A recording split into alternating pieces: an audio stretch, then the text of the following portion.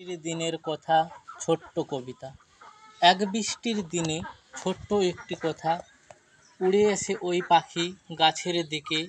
তার সন্ধানে দেখে হঠাৎ চিন্তামগ্ন পাখি তীরে ভাসায় বুক, ভাবে কোথায় গেল তার ছোট্ট বাসাখানি। পাখি সে ভাবে হারিয়ে গেল সব, কেউ নেই, সব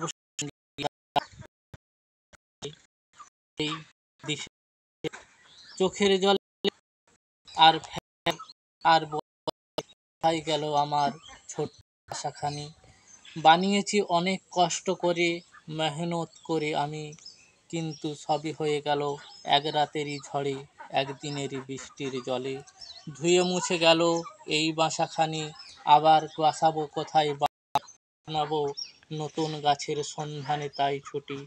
এই গাছটি ছিল ছোট্ট ডালখানি, তার ছিল ছোট ছোট পাতা, বাতাসে দুলাতো আর হাওয়াতে ভাসত।